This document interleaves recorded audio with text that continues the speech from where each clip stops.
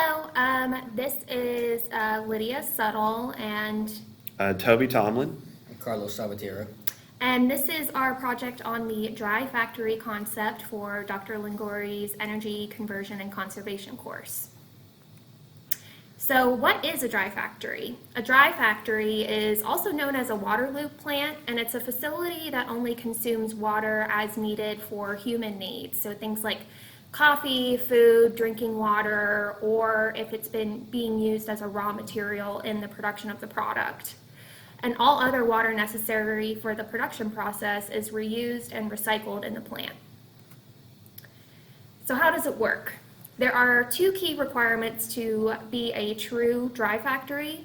So one is you need to reduce your overall water consumption. This is done by optimizing equipment or descaling boilers or working to improve your overall efficiency of your equipment.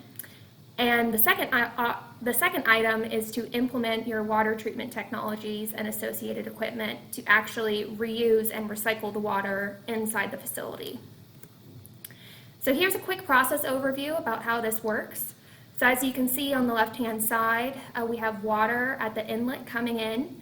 It goes into boilers, production equipment, things being used to actually make the product. And then the wastewater comes off of that equipment and then gets transferred into a holding tank. From the holding tank, the water travels to a series of filters and biological treatments. And this is the first step in actually filtrating the water. And then from there, the water then goes into a reverse osmosis system to further purify the water. And then the newly purified water then loops back around and then goes into the production process once more. So there are many benefits to implementing the dry factory concept into manufacturing. So one important benefit is that it's beneficial to the environment because even though most water is treated that goes back from manufacturing plants, some water might get sent back into the environment, which might cause some contamination. So it can just help better the environment. It can also save companies money too, largely on water reuse and on water treatment, because when water used in manufacturing is sent back to plants, they often have to pay for it to be treated by the city or county. And also, if they can reuse the water, it'll save them the cost of the water having to be pumped or sent to them from the city or county. And of course, it can also benefit a company's reputation. If consumers hear about a company treating their water, benefiting the environment, it can probably increase their chances of sales. There's also kickbacks available from the government for implementing some of these dry factory concepts. So this is just a quick overview of some current technologies or methods. There's a lot of different methods, but this is just 4 of them that we looked at. One is reverse osmosis. That's a process that demineralizes or deionizes water using pressure. An installation of one filter can cost thousands of dollars, but a single filter can save up to about $1,800 per year in treatment cost. There's also paper bed filters. Those filters remove ferrous and non-ferrous metals from liquids. These filters can cost hundreds of dollars, but they also can save thousands of dollars every year from treatment cost. There's another method called advanced oxidation, which is shown on the right side of the screen at the bottom. Uses chemical treatment procedures to remove organic materials in water and wastewater. This is an expensive process to implement. We couldn't find a solid cost on it, but it's probably in the range of a few thousands of dollars. But it can save hundreds to thousands of dollars if from the city having to treat the water. There's also membrane bioreactors. This is used for removal of nitrogen and phosphorus nutrients in water. This is probably one of the most expensive methods to implement. It can cost up to tens of thousands of dollars, like $40,000 to $60,000 is what we found.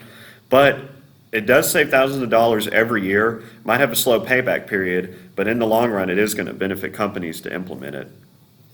All right, so going into implementation and savings, we're recapping on some of the pros and cons here.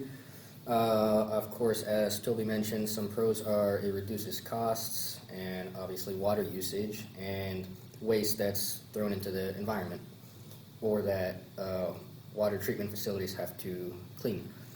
Now, there are some cons, as he mentioned as well. It's costly trying to implement it, and especially trying to create a 100% closed loop within the system could be very costly. So it'd be more beneficial to create cascading systems or something like that. We also have production downtime because you may have to stop your processes in order to implement some of these treatment.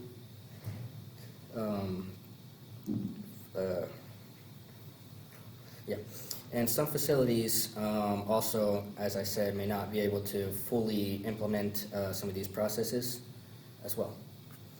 Now, taking some rough calculations of some data that I found, we can assume that a facility is using a lot of water, 25 million gallons of water per year, and let's assume they want to save 30% of that water usage, and their cost of water and sewage are $0.012 and 0.5 cents respectively.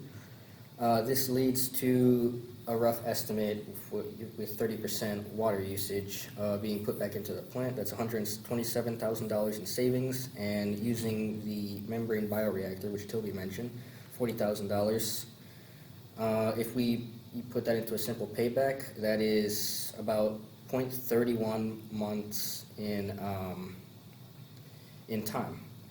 Now, that's a good payback. This is being optimistic. There obviously will be some more costs associated with this, but this is just one small example. So in conclusion, there are a lot of upfront investments required in order to implement a fully dry factory, but as you can see, this allows for the company to not only reduce their water costs, but reduce their environmental footprint, improve their consumer reputation, and allow for less waste. So all in all, I do think that the benefits definitely outweigh the cons. Thank you.